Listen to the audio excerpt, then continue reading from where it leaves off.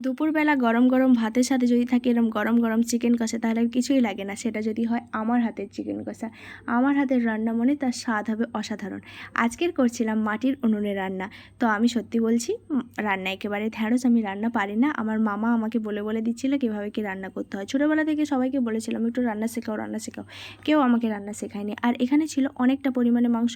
তো এতটা মাংস আমি কখনও রান্না করিনি। বাইরে থাকি, যা রান্না করি 500-600 গ্রাম, এর উপরে কখনও রান্না করিনি। তো এতটা রান্না করতে সত্যিই আমার অসুবিধা হচ্ছিল। আমি নাড়তেই পারছিলাম না, কী করে নাড়বো, এতটা পরিমাণে খুন্তি যেন চলছিল না, এমনভাবে রান্না করছিলাম। তার উপর ছিল বীভৎস গরম। একে তো বাইরের টেম্পারেচার প্রায় 30 ডিগ্রি 35 ডিগ্রি এরকম টেম্পারেচার ছিল, তার উপর ছিল উনুনের আঁচ, পুরো মুখটা জ্বলে যাচ্ছিল। আমার মামা আমাকে সব বলে দিচ্ছিল এভাবে রান্না করতে হয়, এভাবে রান্না করতে হয়। আমি সেভাবে রান্না করছিলাম। মামা ছিল বলে এই রান্নাটা খাওয়া গেছে।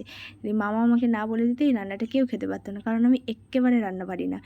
তো মাটির উনুনে রান্না করলে কিন্তু তার স্বাদটা অসাধারণ হয়, তাই মাটির উনুনে রান্না করছি। এখানে এটা হচ্ছে একটু অগোছালো রয়েছে, কারণ এখানে খুব একটা রান্নাবান্না হয় না, সে কারণে একটু অগোছালো।